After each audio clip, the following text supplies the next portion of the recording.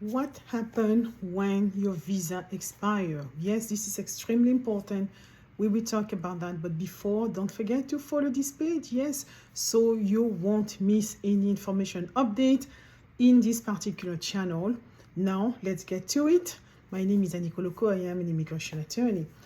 We will be talking about what happened when your visa expires. We'll be talking about the consequences, the option that you may have, and the distinction between different type of visa, an entry visa, and what is called an I-94 visa. Now, let's get into it. Now, when we talk about visa, a lot of people actually are confused exactly which one we're referring to. For example, you go to the embassy of the United States in your country, and then you are actually issued a visa. So far, so good. You may be thinking, okay, this is the visa that I need. Sometimes the visa is valid several years, multiple entry for some, or maybe a single entry. Sometimes people imagine that this is actually the number of time, the number of years that they are allowed to remain in the United States. No, this is actually different, right? It's the visa that you have in order to travel. But now, let's see, once you get to the United States, at the border, CBP, the Border Patrol, they will issue a visa under the I-94. You will hear about I-94, and that's going to tell you how long you allow to reside in the US. Is also known as your authorized stay. This is the part that you have to look into. Most of authorized stays are up to 6 months. It means that, for example, if you have an authorized stay up to 6 months, and you actually exceed your authorized stay, meaning that you don't depart when you're supposed to do so, but it doesn't matter that you have an entry visa that was valid several years.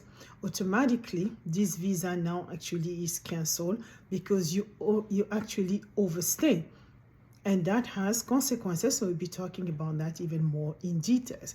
Meaning those are the things that you need to understand. Number one, the difference between what is called an entry visa, the one that you got at the embassy, and the I-94, the one that actually is being given to you once you present yourself at the port of entry. Very important. Let's remember that. Now, what are the consequences, right? Because let's imagine you actually overstay, obviously your visa, the one that was given at the border. Remember that it does have serious consequences. And what are the consequences? If you remain in the United States for more than up to 180 days and plus, you will be facing a 3-year bar. A 3-year bar is very important, meaning that you will not be able to obtain a visa and to come back to the United States for a period of 3 years. Now, if you remain in the US for more than a year, meaning that, again, you've been accruing unlawful presence, you overstay your visa for more than a year, you will be barred to return for 10 years. Meaning those are very harsh consequences, and you need to also be aware of that. Meaning overstaying a visa is not really something that is acceptable in the eyes of the law. And that's why they want you to have these consequences, these harsh consequences for you to remember you need to remain in the country legally. Otherwise, you will be facing these consequences. Now, you have to also remember that once you have that, in the future, it will be very hard for you to obtain a visa. Yes, you may have some type of waiver, right? Because you may have a ban, but if you obtain a waiver, then you will be able to return.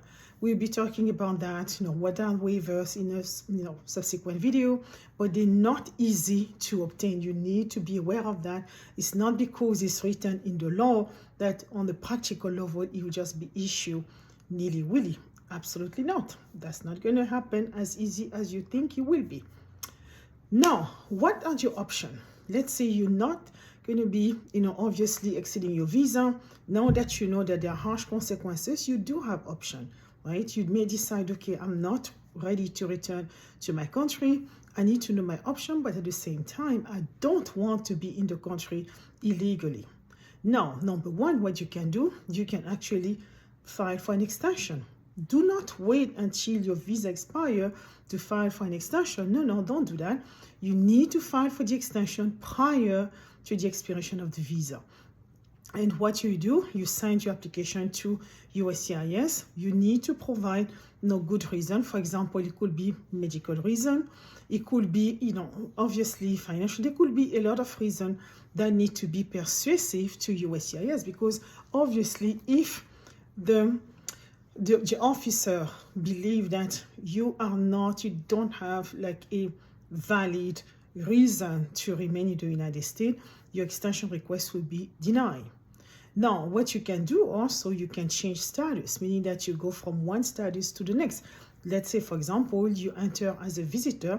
You could decide now, maybe you want to become a student.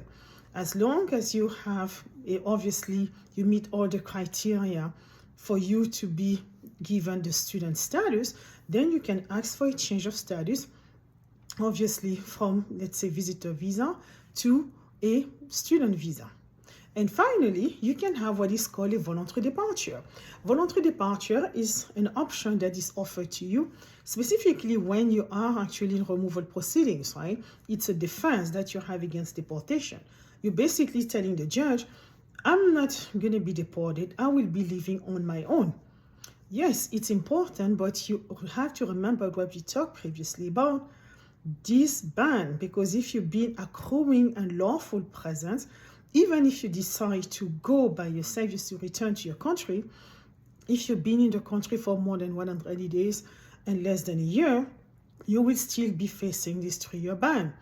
And if you've been in the country for more than a year, then obviously you'll be facing the 10-year ban. But it is also an option this afforded to you, but you need to understand, just because you decide to return to your country, albeit after overstaying, doesn't mean that you will escape the ban. The ban will still be applicable to you, because remember, the law wants to deter people of overstaying the visa, and that's the reason why you have this ban, right? Meaning that if you understand that, then obviously you will not be surprised, of course. Now, let's look at the tips that you should do to avoid the overstay.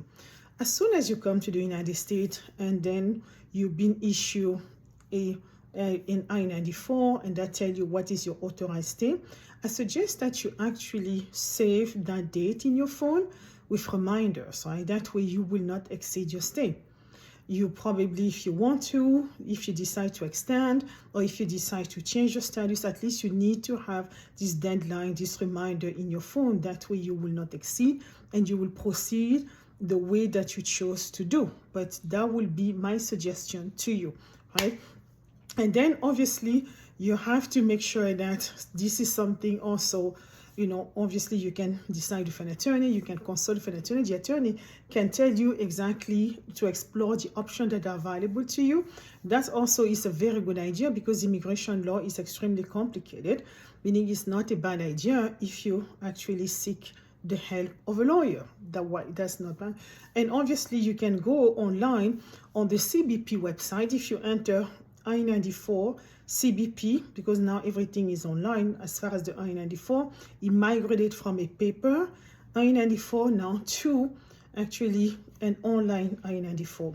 You will be asked to provide your name, obviously the passport number, your citizenship, your date of birth, and so on and so forth. And then there you are. You will see exactly what's your authorized stay. You will see your I-94, which is very important, by the way, even if ultimately, we'll be talking about in subsequent video, somebody who decides to remain and to become an immigrant, there are some pathways.